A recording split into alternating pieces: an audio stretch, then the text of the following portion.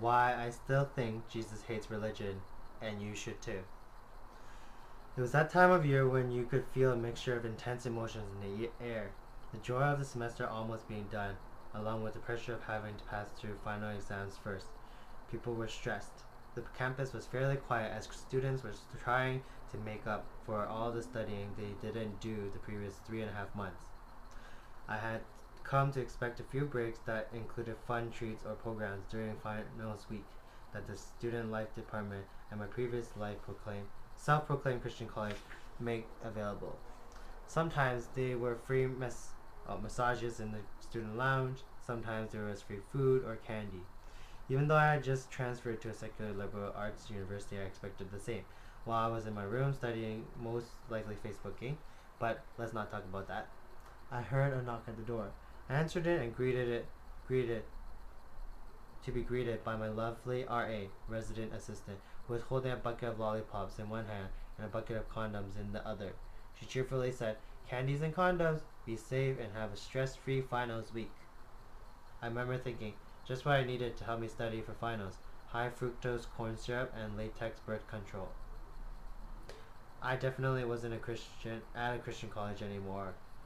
Later that year, they did something similar, where they taped sex facts and condoms to the walls of the dorm. I think they used staples, but as you can imagine, it wasn't very effective. Talk about quick change. It didn't take me more than a few hours to see the glaring difference between my strict Christian college in San Diego and my new liberal arts university in Portland. Whatever comes to mind when you think of Portland, that is exactly the essence of the school. It was a mecca of gay rights. The mecca of great gay rights. They banned bottled water because it was environmentally friendly. Everyone had dreads, and none of the girls shaved their armpit hair. Well, that last one is not completely true. It was the type of university that had used books by Richard Dawkins and Christopher Hitchens as textbooks and dripped with a granola liberal progressive spirit. But I loved it. Really. I absolutely loved it. If I had to do it all over again, I would have gone there in the first place. Now, what's really funny is while I was at the Christian school, I wasn't a Christian. But while I was at the secular school, I was a Christian. You'd think I would have wanted to go back to the Christian school, right? It was the opposite. I found the Christian school to be stuffy, hypocritical, and judgmental. I could no longer stand praying after baseball practice with 30 guys who wore crosses around their necks, knowing a few hours later they'd have a beer in one hand and a girl in the other, myself included. Weirdly, my new university felt accepting and loving. There was no guessing if someone was really a Christian or not.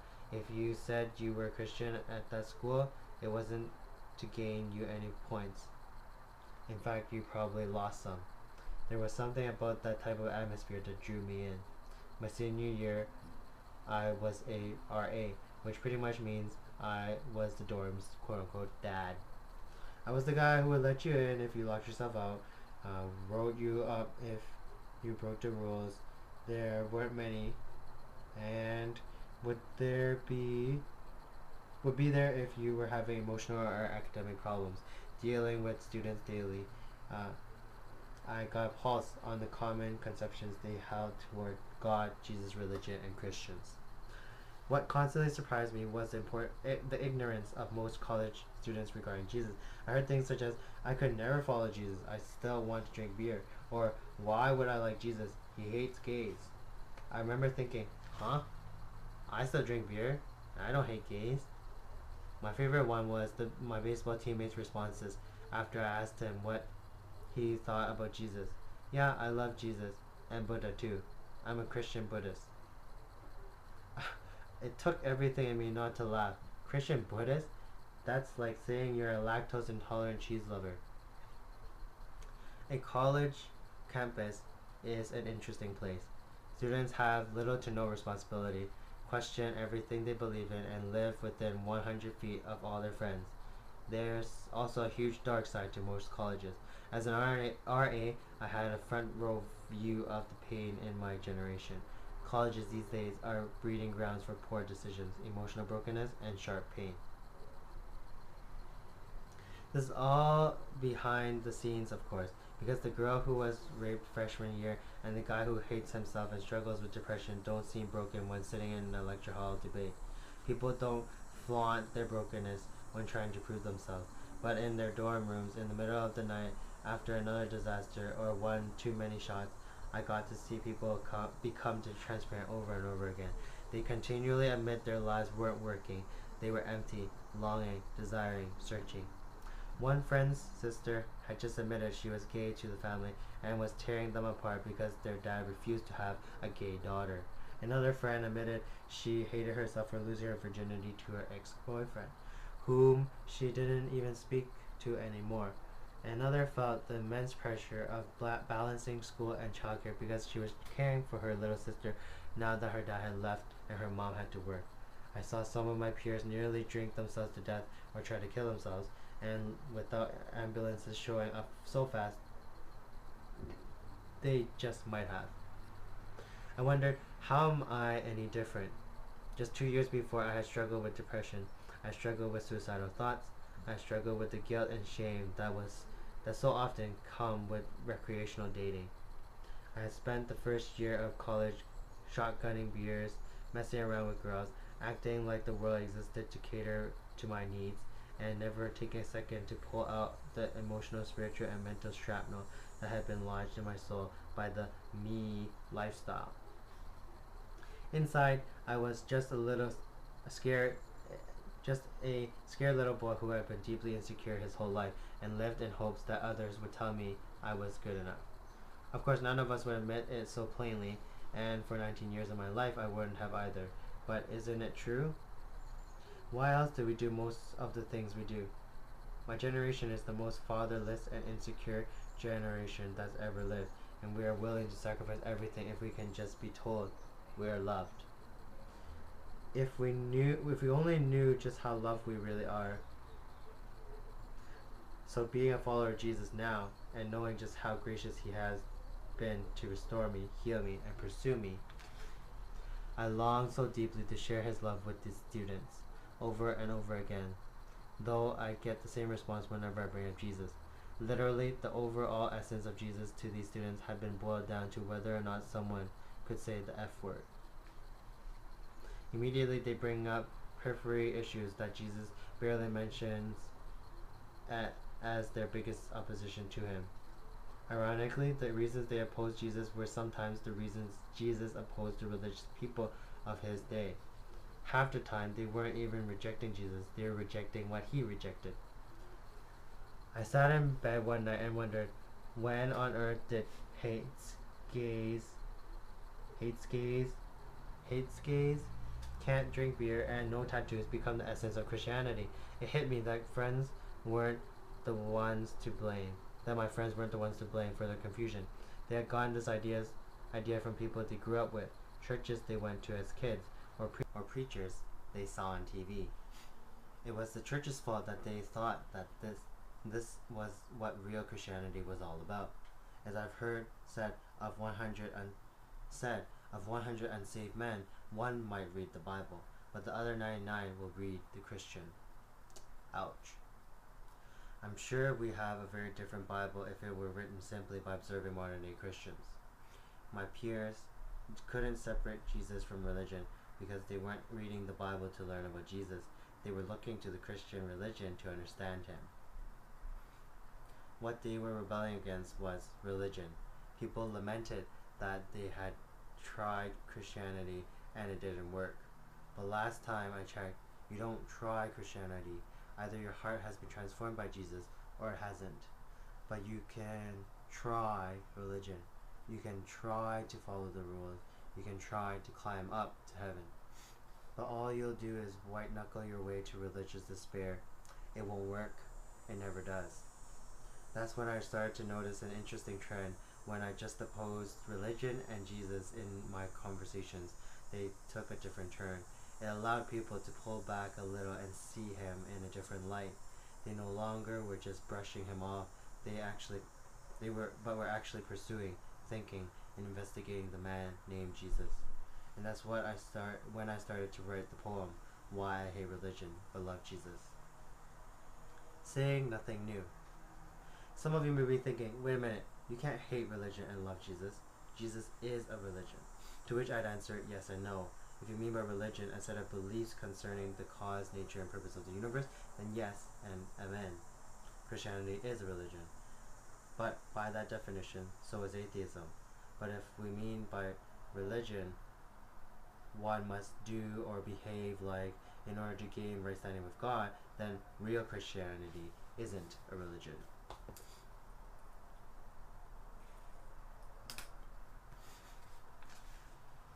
I have been a Christian for about a year when I realized Jesus isn't just one of many saviors. Following him is fundamentally different from practicing other world religions. There was something almost upside down or antithetical.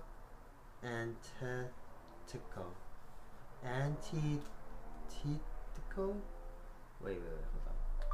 Define antithetical. Antithetical, directly opposed or contrasted, mutually incompatible. Oh, antithetical. Antithetical. Mutually incompatible. Okay. 1 second.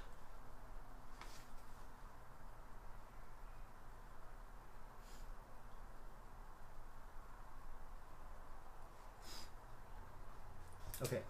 All other religions center on people's righteousness, what we do and how good we are.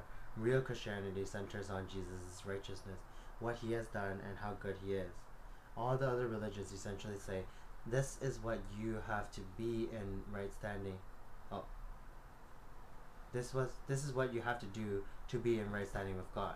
Jesus comes to earth and says, this is what I've freely done for you to put you in right standing with God. Religion says do, Jesus says done. Religion is man searching for God. Jesus is God searching for man. Religion is pursuing God by our moral efforts. Jesus is God pursuing us despite our moral efforts. Religious people kill for what they believe. Jesus' followers die for what they believe. That's when it hit me. No wonder Christianity and Jesus' message of salvation is called good news. It isn't just good advice, religion. It's good news, Jesus.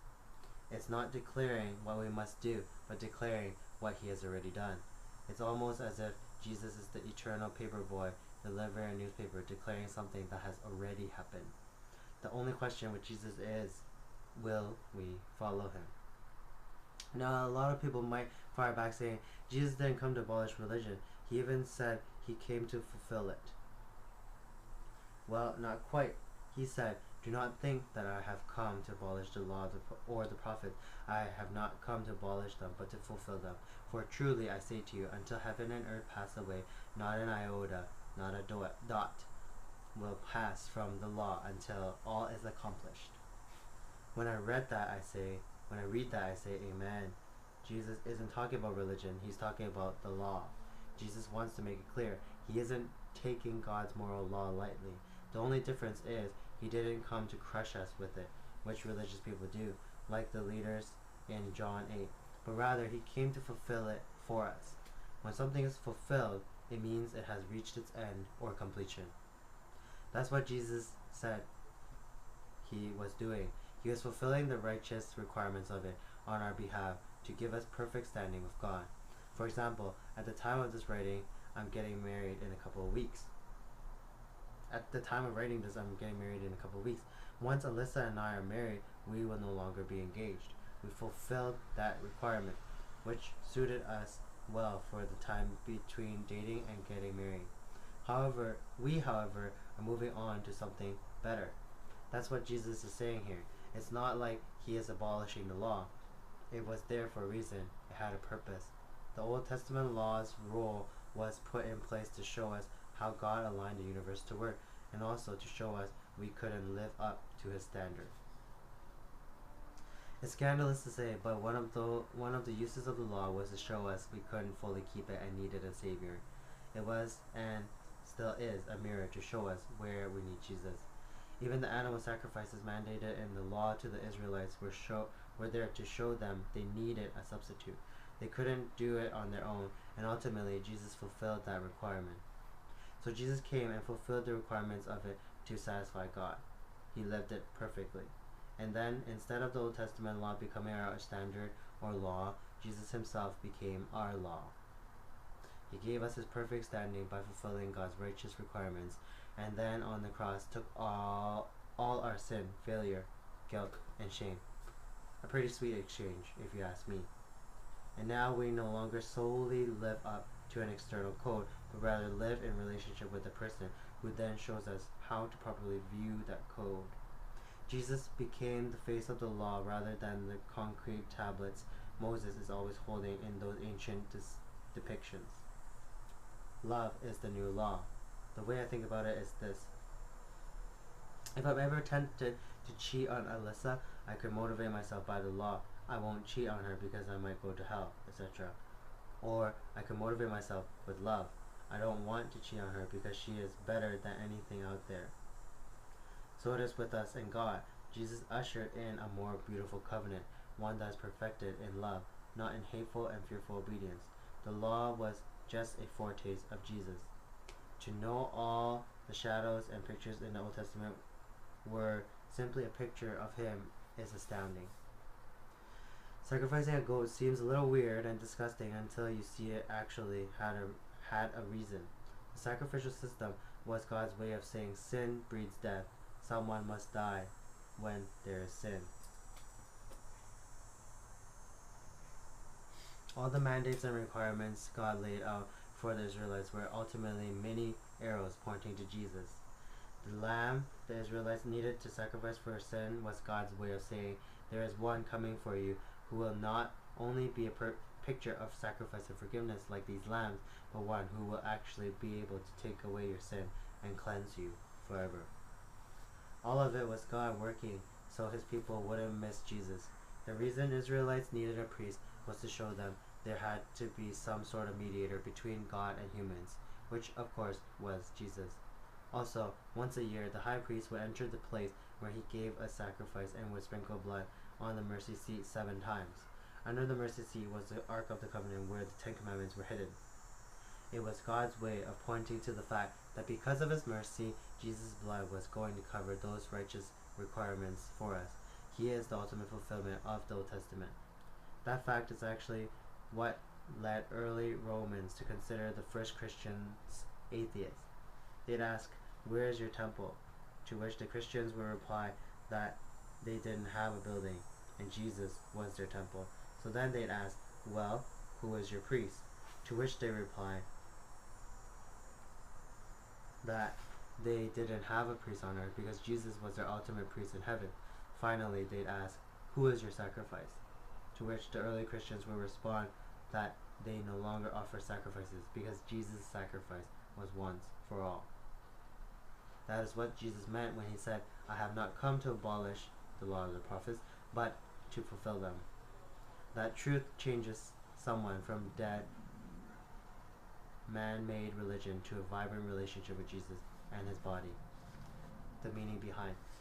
Back in my dorm room, I was trying to put all these thoughts down for the students I was talking to who wanted nothing to do with religion. I knew we needed a common starting point for any conversation about Jesus to get off the ground and decided on this.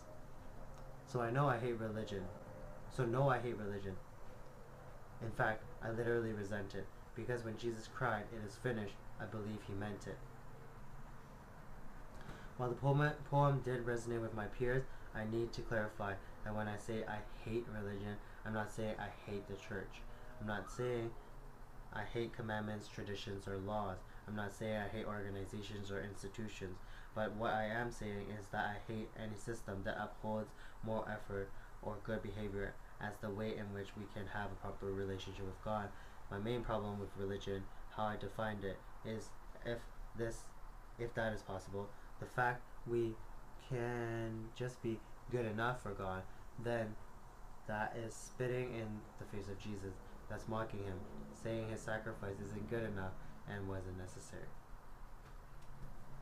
One of my favorite hobbies is reading. I love reading. Alyssa jokes with me that my love language is books. I think it's true. I like books so much that when I started getting more that I had room for, My then roommate and I got bunk beds to free up more space for books. I don't know what's more lame though, that I just admitted my favorite hobby is reading, or that I just admitted I was 23 and slept in a bunk bed. I'm 23, I sleep in a bunk bed. Anyway, I started to notice this vein in a lot of strong theologian type people. People who are seen as giants of the church. People like John Owen, Tim Keller, Oswald Chambers, and A.W. Tozer. Even the famous German theologian Dietrich Bonhoeffer wanted to get to a place of religionless Christianity. In 1944, while he was in prison for trying to sabotage the Nazis, he wrote, "We're moving towards a completely religionless age. People as they are now simply cannot be religious anymore. Even though those who honestly describe themselves as religious do not in the least act up to it, and so they presumably mean something quite different by religious." Bonhoeffer knew that the term religious had become stale, so he fought for something entirely new. He actually found it helpful to juxtapose religion and Jesus. I love the word religion in its true sense. It's helpful in some cases, but I've also noticed it's the easiest way to expose someone who trusts in their own works, which is a major problem today. In a postmodern world where all religious activity is seen as what we do for God, we need to proclaim Christianity is about what God has done for us. This would take people's focus off of their behavior and put it on Jesus. When you distinguish Jesus, the God-man, from the religion that developed around him, people investigate the person of Jesus rather than the rules of Christianity. And the truth is, when someone is pursuing, investigating, and attempting to understand the Son of God, he or she is pursuing truth personified, and that person will find him.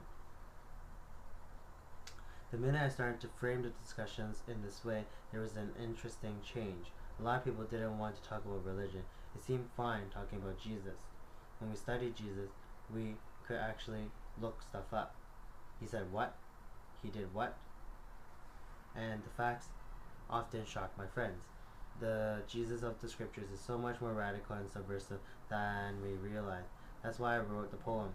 I wanted to write a poem that a few hundred college students would hear and remember. One they take to class with them the next day. One that would make us actually have to talk about Jesus. When religious discussions are broad and consider the ideas of theologians rather than the facts about Jesus, they generate apathetic views of Jesus. Changing the focus of the conversation from religion to Jesus actually invites people to face him and the grace he provides. It lets his grace so confront them that they have to address it. The response that proved this is when I asked my friends about Jesus, and they'd say, "He's a nice guy," or "He had good moral principles, but he's not God." Sadly, that's one of the most unintelligent things a person can say. If Jesus claimed to be God, claimed to forgive sins, and claimed to heal the sick, then he either did those things or was a despicable liar. Either he is who he says he is, God, or he has deceived billions and billions for the last 2,000 years. That wouldn't make him a good moral teacher. It would make him the most damnable person on earth. Either he's God, or he deserves to be cast into human history as one of the worst. And that's why in my conversations with others, I take the focus off what we do for God and put it on what he has done for us, so we have to actually deal with him. We can talk theory until we are blue in the face. We can talk about the word God, what the word God even means, but you start investigating and pushing into this guy from Nazareth who lived 2,000 years ago, and you will get somewhere. You will get somewhere. You will have to face up to who he is, what he has done, and what you will do about it. Be careful when you pursue truth, because you just might find him. That's the end of chapter 2.